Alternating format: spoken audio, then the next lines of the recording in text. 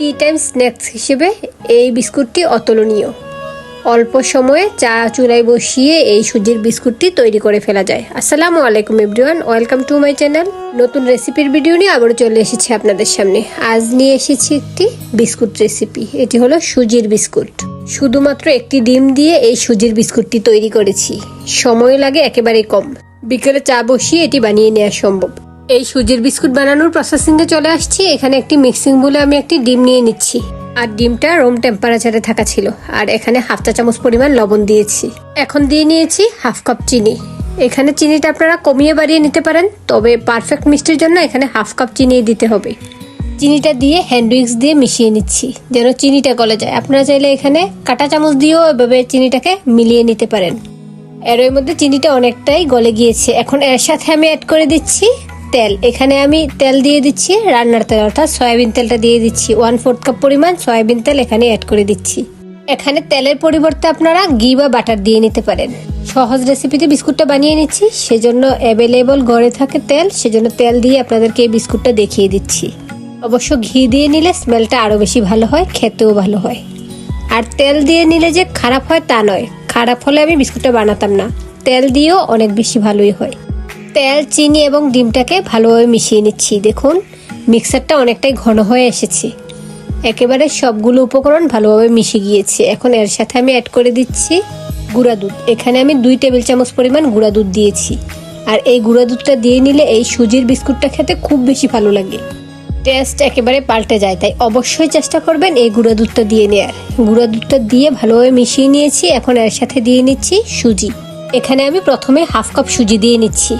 Half cup সুজি দেওয়ার পর ভালোভাবে মিশিয়ে নিচ্ছি। সুজির বিস্কুটটা খেতে আমার ভালো লাগে, কারণ ভাজার পর সুজির দানা দানাটা কামড়ে পড়লে খুব বেশি ভালো লাগে।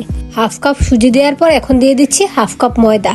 ময়দার পরিবর্তে আটাও দিতে পারেন। আর আপনারা চাইলে পুরো 1 কাপ সুজি দিয়ে এই বিস্কুটটি বানিয়ে নিতে পারেন। আমি সুজি এবং ময়দা মিলিয়ে আজকের এই বিস্কুটটা তৈরি করছি। পুরো 1 কাপ সুজি দিয়েও এই বিস্কুটটা বানিয়ে নেওয়া সম্ভব। আমি পুরোটাই হ্যান্ড উইক্স দিয়েই মিশিয়ে নিচ্ছি। দেখুন অনেকটাই নরম নরম মনে হচ্ছে, তাই এই মিক্সারটার সাথে আমি আরও 1 টেবিল চামচ পরিমাণ ময়দা অ্যাড করে দিব। অবশ্য আপনাদের আরও কম বেশিও লাগতে পারে, কারণ ডিমের সাইজটা সকলের সমান নয়, সেজন্য প্রয়োজনে আপনারা বাড়িয়ে দিবেন। এই সুজির বিস্কুটের মিক্সারটাকে খুব বেশি নরম করব না, আবার একেবারে শক্তও রাখবো না, অনেকটাই নরম থাকবে। কারণ এটাকে আমি 5 মিনিট রেস্টে রাখবো। 5 মিনিট রেস্টে রাখার পর এই ডোটা পারফেক্ট হয়ে যায়। দেখুন অনেকটাই নরম মনে হচ্ছে। এটাকে ভালোভাবে মেখে আমি 5 মিনিট এটাকে রেস্টে রেখে দিচ্ছি। 5 মিনিট পর আমি বিস্কুটগুলো বানিয়ে নেওয়ার জন্য চলে আসছি। দেখুন এখন অনেকটাই শক্ত হয়ে গিয়েছে। এখন আমি বিস্কুটগুলো বানিয়ে নিব। সেজন্য এখানে আমি একটা চামচ নিয়েছি। এই চামচটা দিয়ে আমি নির্দিষ্ট মাপের বানিয়ে নিব। আর 2 হাতে আমি তেল লাগিয়ে নিয়েছি। 1 চামচ পরিমাণ ব্যাটার নিয়ে 2 হাত দিয়ে ভালোভাবে ঘষে একটা চ্যাপ্টা আকৃতির বিস্কুট বানিয়ে নিলাম। দেখুন ব্যাটারটা পারফেক্ট ছিল, সেজন্য সাইডগুলো একেবারে স্মুথ, ফেটে যায়নি। এখন আমি চামচটা দিয়ে একটু ডিজাইন করে নিচ্ছি। আপনারা ডিজাইন ছাড়াও বিস্কুটটা বানিয়ে নিতে পারেন, তবে এভাবে ডিজাইন করে নিলে বিস্কুটটা দেখতে অনেক বেশি সুন্দর দেখায়। আপনারা আপনাদের পছন্দ অনুযায়ী ডিজাইন করে নিতে পারেন। আমি আমার চ্যানেলে কয়েক ধরনের বিস্কুট রেসিপি শেয়ার করেছি, আপনারা চাইলে দেখে নিতে পারেন। বিভিন্ন ডিজাইনের বিস্কুট রেসিপি দেওয়া আছে। আপনারা চ্যানেলটি ঘুরে আসুন, সব ধরনের বিস্কুট রেসিপি দেখে নিন। আর চ্যানেলে নতুন হয়ে থাকলে চ্যানেলটি সাবস্ক্রাইব করে দিন এবং পাশে থাকা বেল আইকনটি বাজিয়ে দিন। এতে করে আমি নতুন ভিডিও দিলে নোটিফিকেশন সবার আগে আপনার কাছে পৌঁছে যাবে। একই রকম ভাবে সবগুলো বিস্কুট বানানোর শেষে এগুলোকে ভেজে নেওয়ার পালা। সেজন্য চুলায় একটি প্যানে তেল বসিয়ে দিয়েছি। তেলটা কিছুটা গরম হওয়ার পর একে একে আমি বিস্কুটগুলো দিয়ে নিচ্ছি। তেলটাকে খুব বেশি গরম করা যাবে না, কারণ এই বিস্কুটগুলো আমি অল্প আঁচে ভেজে নিব। এখানে আমি প্রায় 4-5 মিনিট সময় যাবত এই বিস্কুটগুলোকে ভেজে নিয়েছি। চুলার আঁচ আমি একেবারে লতে রেখে এই বিস্কুট ভাজার পুরো কাজটা করেছি। আর বিস্কুটগুলো আমি ফাঁকা ফাঁকা করে দিয়েছি, কারণ এই বিস্কুটগুলো অনেকটাই ফুলে ওঠে। দেখুন অনেকটাই ফুলে উঠেছে। এখন এগুলার এপাশ ওপাশ করে ভেজে নেওয়ার পালা। আর অবশ্যই চুলার আঁচটা লতে রেখে এই বিস্কুটগুলোকে ভেজে নিতে হবে। এক পাশ অনেকটাই ভাজা হয়ে আসছে, এখন এগুলোকে উল্টে দিচ্ছি। আর চুলার আঁচটা যদি হাইতে রাখা হতো তাহলে সহজেই কালার চলে আসতো, ভিতরের অংশটা পারফেক্টলি কুক হতো না। তাই অল্প আছে এগুলোকে ভেজে নিচ্ছি। আপনারা কে কোথা থেকে আমার এই ভিডিওটি দেখছেন তা কমেন্টে জানাবেন।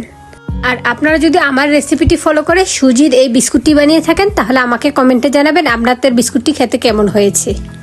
সুজির বিস্কুটগুলো গোল্ডেন ব্রাউন করে ভাজা হয়ে গিয়েছে। এখন এগুলোকে চুলা থেকে তুলে নিচ্ছি, ছাঁকনি দিয়ে ছেঁকে নিচ্ছি, অতিরিক্ত তেলটাকে ঝারিয়ে নিচ্ছি। দেখুন বিস্কুটের কালারটা মাশাআল্লাহ অনেক সুন্দর এসেছে। আমি বাকি বিস্কুটগুলো আরেক বেশি ভেজে নিচ্ছি। বিস্কুটগুলা খুব বেশি ক্রিস্পি হয়েছে, আর সুজিটা ভাজা, সেজন্য কামড়ে পড়লে খুব বেশি ভালো লাগে। আপনারা একেবারে পুরোটা সুজি দিয়েও বানিয়ে নিতে পারেন। আর ভিতরের অংশটা হয়েছে একেবারে সফট। আশা করি ভিডিওটি ভালো লেগেছে। আবার চলে আসবো অন্য কোনো নতুন রেসিপির ভিডিও নিয়ে। সে পর্যন্ত সবাই ভালো থাকবেন, সুস্থ থাকবেন, আর চ্যানেলটি সাবস্ক্রাইব করে আমাকে সাপোর্ট করে যাবেন। আল্লাহ হাফেজ, আসসালামু আলাইকুম।